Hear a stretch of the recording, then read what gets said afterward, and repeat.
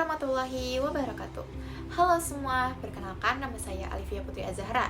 Saya dari BKT2B dengan NIM 2304421013 dan saya dari kelompok 3 dengan tema buku Identitas Nasional.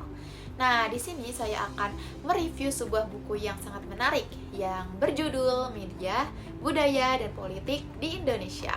Buku ini ditulis oleh Krishna Sen dan David T. Hill yang akan mengajak kalian memahami hubungan antara media, budaya, politik di Indonesia, khususnya pada era Orde Baru. Nah, tak perlu lama lagi, mari kita bahas lebih dalam tentang buku ini. Buku ini mengupas tentang interaksi antara media, budaya, dan politik di Indonesia, dan bagaimana ketiga elemen ini saling mempengaruhi. Media, baik cetak maupun digital, adalah saluran utama penyebaran informasi dan pembentukan opini publik di Indonesia. Keanekaragaman budaya yang tercermin dalam konten media yang sangat mencerminkan identitas dan nilai-nilai lokal. Politik terutama dari era Orde Baru hingga reformasi sangat menentukan kebijakan media dan kebebasan pers. Di masa Soeharto, media dikontrol ketat oleh pemerintah sebagai alat kontrol politik dan agen perubahan sosial. Soekarno melihat pers sebagai alat revolusi untuk menyemangati dan memobilisasi opini publik serta membangkitkan semangat nasionalisme. Sementara Soeharto menerapkan kebijakan ketat terhadap media untuk mempertahankan stabilitas politik dan mengontrol narasi publik. Ini termasuk sensor ketat, pembubaran media kritis, dan pengawasan jurnalis. Buku ini menganalisis interaksi antara media, budaya, dan politik di Indonesia selama era Orde Baru, yaitu tahun 1966 hingga 1998. Penulis menjelaskan strategi Soeharto menggunakan media sebagai alat propaganda untuk mendukung stabilitas politik. Nah, surat kabar kritis sering menghadapi ancaman karena mengungkap kasus korupsi. Istilah penting dalam buku ini yaitu ada kontrol media, propaganda pemerintah, dan kebebasan pers.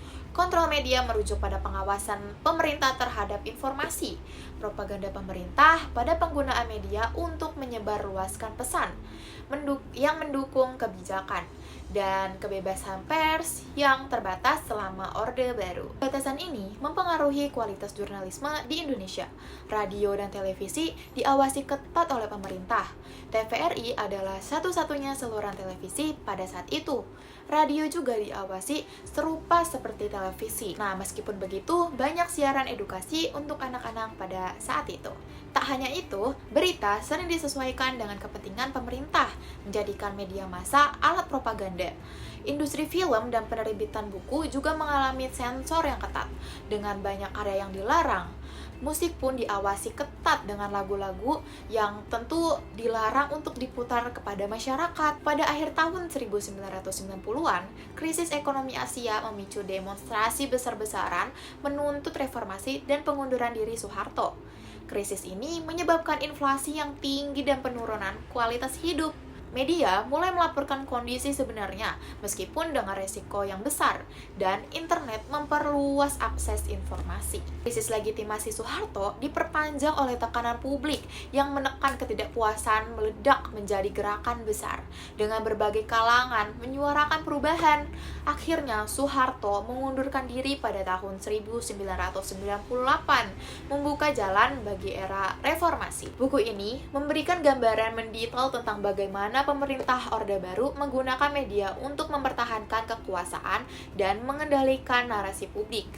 Buku ini bermanfaat untuk memahami dinamika sosial dan politik Indonesia pada masa era Orde Baru. Secara keseluruhan, buku ini menarik dan bermanfaat untuk memahami dinamika sosial dan politik Indonesia pada masa Orde Baru. Penulis berhasil mengemas informasi yang kompleks dengan cara yang menarik, meskipun ada beberapa bagian yang menurut saya terasa kurang relevan. Oke, jadi kesimpulannya, buku ini memberikan kontribusi besar dalam kajian media dan budaya di Indonesia dan sangat direkomendasikan bagi yang ingin mendalami topik ini dengan memberikan pandangan yang luas dan mendalam tentang peran media dan politik dan budaya di Indonesia pada saat itu.